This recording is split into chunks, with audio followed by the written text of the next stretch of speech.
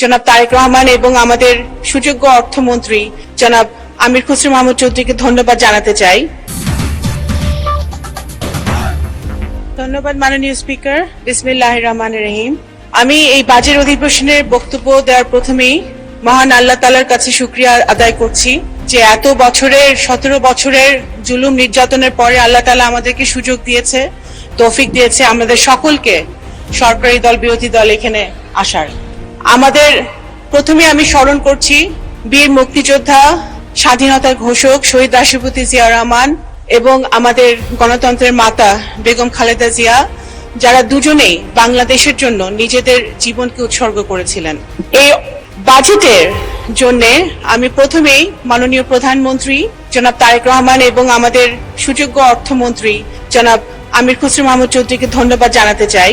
এই বাজেটটি দেখে আমার কাছে মনে হয়েছে যে গত 17 বছর যখন গুম, খুন, জুলুম, নির্যাতন, দুর্নীতি, টাকা পাচার চলছিল, তখন সুদূরে বসেও মাননীয় প্রধানমন্ত্রী শুধু দলই গোছাননি, সংগঠনই গোছাননি, উনি দেশের জন্য কাজ করে চলেছেন।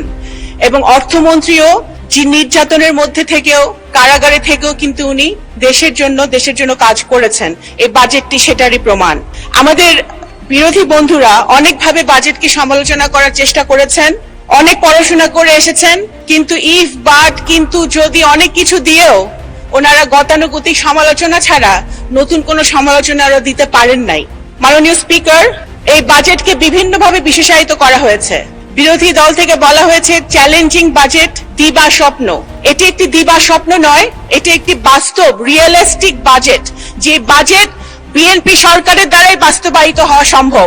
এবং চ্যালেঞ্জিং শব্দটা বারবার ব্যবহার করা হয়েছে। অবশ্যই চ্যালেঞ্জিং শব্দের সাথে বাংলাদেশ জাতীয়তাবাদী দলের ইতিহাস, শহীদ রাষ্ট্রপতি জিয়াউর রহমানের ইতিহাস ওতপ্রোতভাবে জড়িত।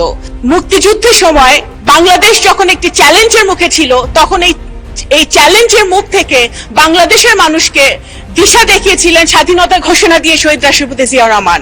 পরবর্তীকালে তলাবিহীন ঝুড়ি থেকে বাংলাদেশকে একটি স্বনির্ভর বাংলাদেশে পরিণত করার জন্য, উন্নত বাংলাদেশে পরিণত করার জন্য সেই চ্যালেঞ্জটা উনি হাতে নিয়েছিলেন শহীদ রাষ্ট্রপতি জিয়াউর রহমান। এবং স্বৈরাচারীদের হাত থেকে বাংলাদেশকে আবার গণতন্ত্রের পথে নিয়ে আসার জন্য এই অবিরাম চ্যালেঞ্জটি হাতে নিয়েছিলেন দেশনেত্রী বেগম খালেদা জিয়া। এবং বর্তমানে একটি ভঙ্গুর অর্থনীতির সময় যখন সবগুলো সিস্টেম ভেঙে গেছিল, স্বৈরাচারীরা সবকিছু সিস্টেম ভেঙে দিয়েছিল, অর্থনীতিকে ধস নামিয়েছে, সে ভঙ্গুর অর্থনীতিতে বাংলাদেশের ইতিহাসের সবচেয়ে কঠিন সময় মাননীয় প্রধানমন্ত্রী জনাব তারেক রহমান বাংলাদেশের দায়িত্ব নিয়ে সবচেয়ে বড় চ্যালেঞ্জ নিয়েছেন।